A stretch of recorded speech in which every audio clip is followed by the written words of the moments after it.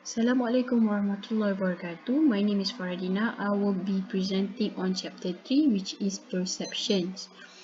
Alright, so perception is closely related towards towards sensation, which is referred to the response of our sensory receptor, which is eyes, ears, nose, mouth, finger, and skin, to react to a stimuli of light, color, sound, odor, texture. So and perception is a process by which people select, organize, interpret these sensations, okay, into meanings. All right, so let's move into the first one. Okay, so the first topic is sensation. So sensation has two category, which is hedonic and sensory marketing. So the first one, hedonic consumption, is referring to how emotional aspects of customer. It is a emotional experience of the customers, and they tend to have response towards multisensory fantasies and emotional response of customers towards the products. And sensation that we experience are context effect uh, that influence how we think and how we perceive about the product. For example, the first example in the textbook said that the respondent will evaluate if they are in an uncomfortable place, such as on the floor, stood on the floor, on a tile floor, compared to a carpet floor. And the second one is fans. For example, if you watch a movie in a cold room and you will feel your body is in a low physical temperature, you will feel the warmness of the movies, for example. And then the last one, when a product is scented, okay, when the product is scented, the consumer are more likely to remember of the attribute. So we remember the smell um, on that particular events, on if we smell the scents on different times, others different times, so it brings a memory. The scents bring the memory. Okay, this is sensory marketing. Sensory marketing comprised of 5 elements, which is the first one is vision, okay, and moving to dollar sense, smell, sound, touch, and taste. So vision is what is how it looks to the eyes and how attractive it is, and how we can attract the customer to hold it, to touch it, and feel the qualities of it. And if the product, and for the second point is scent. So scent is basically a smell, an odor that you feel, that you can smell, the odor that can stir emotions and create calm feelings. So basically, this smell can give memory and release stress. If you enter the shop, you smell something nice like grass, something that is very soothing. You feel very calm and remember it whenever you smell that scent in other occasions. And then moving forward to sound, usually when you go to the shop, the store will open a music, a melody. And for example, a brand has a tagline, as a like tagline, like something sound melody that can rhymes and remember in our memory, and we can remember it, such as the watermark, that can be a sound symbolize, of which we it can influence our decisions. And because we remember the tagline, the sound, that the catchy sounds. For example, McDonald's have its tagline, for example, para papa, right? So uh, so that one is giving the memory to the customer because it has a good a melody, a rhythm, uh, to be remembered. And then moving forward to the fourth sensory marketing, which is touch. So all these are interrelated, because you can see, you can sound, you can hear at the same time. So when the product is attractive at the first place, and then you touch it, when you touch it, the probability of you buying the product is higher, because you can feel the product, and you can feel the qualities of the product. You remember how it feels and how it looks much closer, right, when you touch it. So when you feel the texture, the nice texture, the qualities of the product, then you will eventually buy it. And the last one is tea. So in, to speak with tea is different country, different religion, different not different religion, different country, different race background, have different taste preference. Because basically in Malaysia also we have people that are like sweetness in Kelantan, in Terengganu, they like more salt. So it seems so the palates, basically it calls the sensory receptor in our taste bud is called as flavor house. And these are changing different depending on the palates of the customers. For example, for example, when we are young, we like sweetness much more than we like everything to be sweet. But when we grow up, we like it to be like coffee. Like for example, like coffee, we like coffee, it is bitter. So when we grow older, our palates is changing, def- depending on background, age, and other aspects. And this is the stage of perceptions. The first stage is exposure. Exposure is when the customer are unaware about the product, and we would like to give exposures. Okay, and then the second one is attention. And the last one is interpretation. So let's go to the first one, exposure, which is the first one, sensory threshold. So basically, sensory threshold, when they want to get exposure, they are unaware about the product. It is due to the sensory threshold, which they are limited. They have limited capability, like hearing capability, within certain frequency only. For example, we cannot hear a dog whistle because it have high frequency. It beyond our sensory threshold. We are limited to this sensory threshold. Sensory threshold is basically the capability of our sense to be aware about the stimuli. Okay, and the second one is subliminal perceptions. um, So subliminal perceptions is when you are unaware about the hidden message. The image are quite when the image is not appearance to the our conscious thought. Okay, but we are unaware about the product, but it is there in our unconscious thought, in our conscious mind.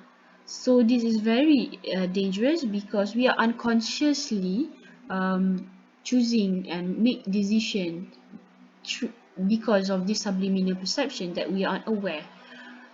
Okay, so moving to the second stage, which is attention. In attention, divided into three, which is multitasking, personal selections factor, stimulus selection factor. And interpretation at stage 3, the interpretation is divided into two, which is stimulus organization and interpretation bias.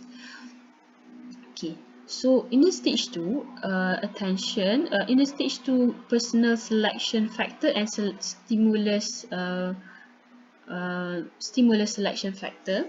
Okay, I will explain about multitasking first. Okay, so multitasking, people nowadays, they are multitasking. They do a lot of things in one time. They do two things in one time. Okay, but it is and the amount of stimuli that are required is basically higher.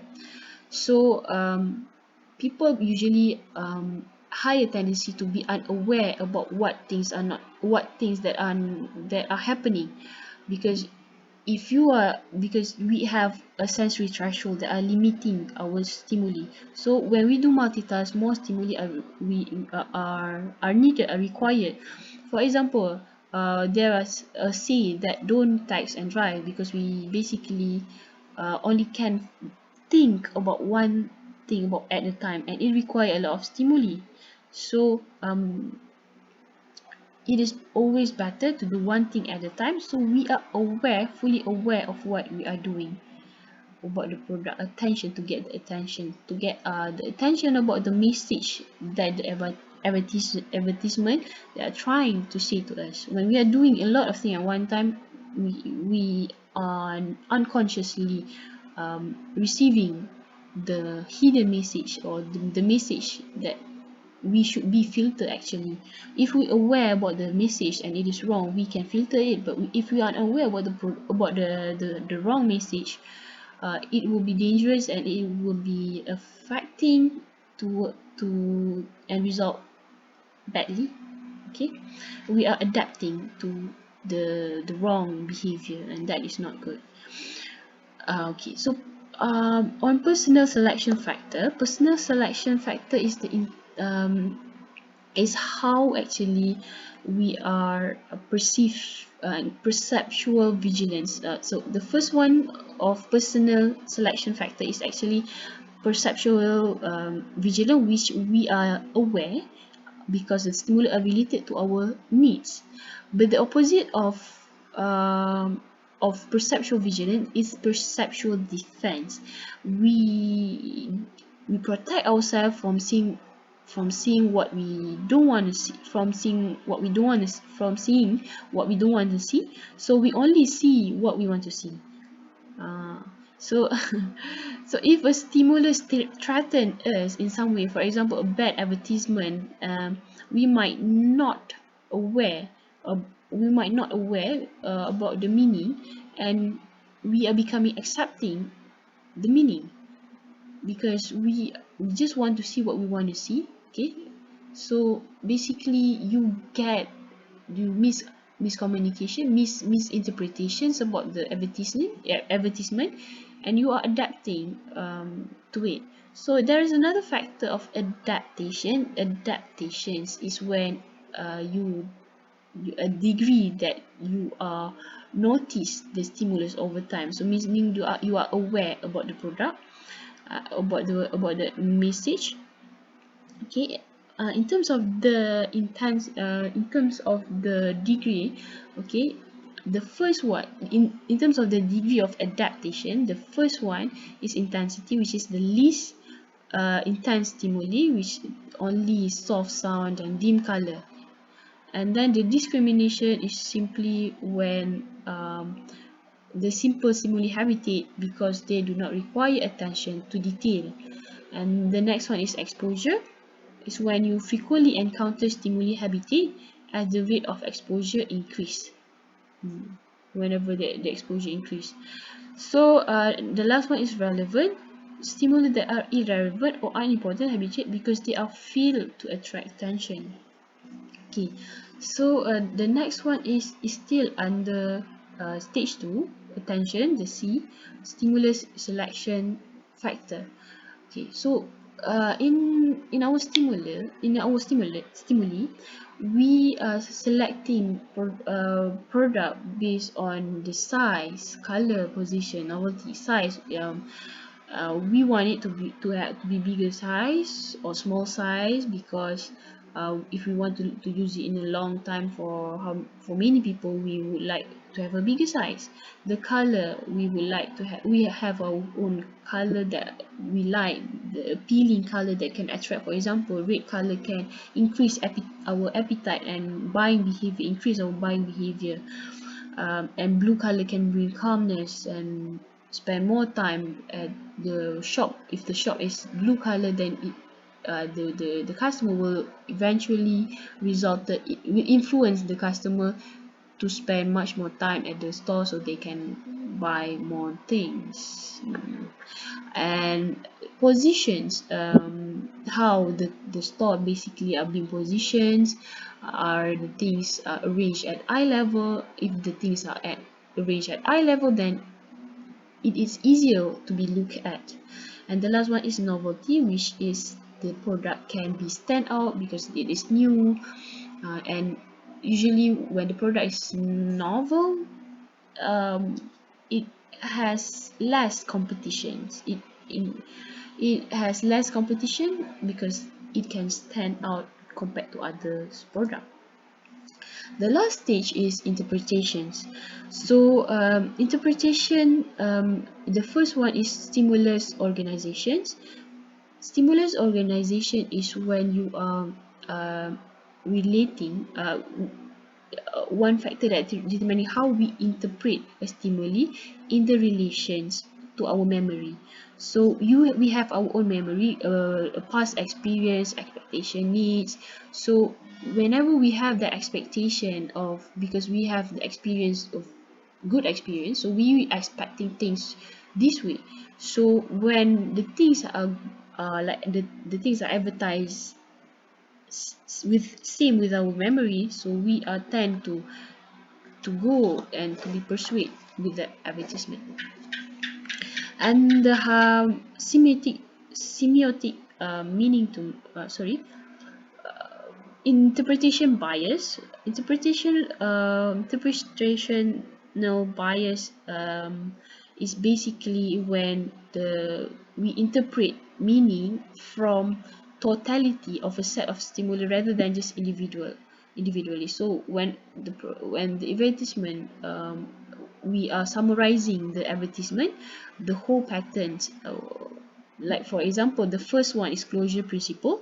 Okay, if the picture is incomplete, we perceive it to be complete. Okay, we perceive an incomplete picture as complete, like fill in the blanks. If there is a blank, for example, if we cannot see things in the whole, like a hue color, we can basically just fill in the blank, and it encourage participation from the audience, right? So the next one is similarity, is when we unify things, group together the things that the same things that are offering, okay, different product,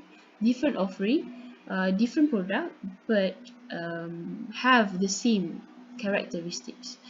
And then the last one is figure ground principle. The thing that are stand out, the stimulus that are dominate uh, is the figure, and the things that not that are recede in the background is the ground. So it is the figure is depending on consumers. So it is where the customer, where the customer eyes go straight to whenever the advertisement in the product are being shown to the customers, right? So moving forward to semiotic. Semiotic is the relation of image, meaning, and product. So when the image of product is being shown, and it will give certain meaning to customers. It symbolizes some meaning to the customers, and all these three elements are interrelated. Okay, so moving to the perceptual positioning. So perceptual positioning is how the customer perceive in terms of color, packaging, styling. So it will influence the consumer interpretations. Okay, so basically brand positioning in the market is lifestyle, price leadership, attributes, product class, competitors, occasional user, and quality, depending on the customer's preference and market segmentations. Okay, I think that's all for me. I hope that my explanation is good to explain on the detail. Assalamualaikum warahmatullahi wabarakatuh. Right. Have a nice day.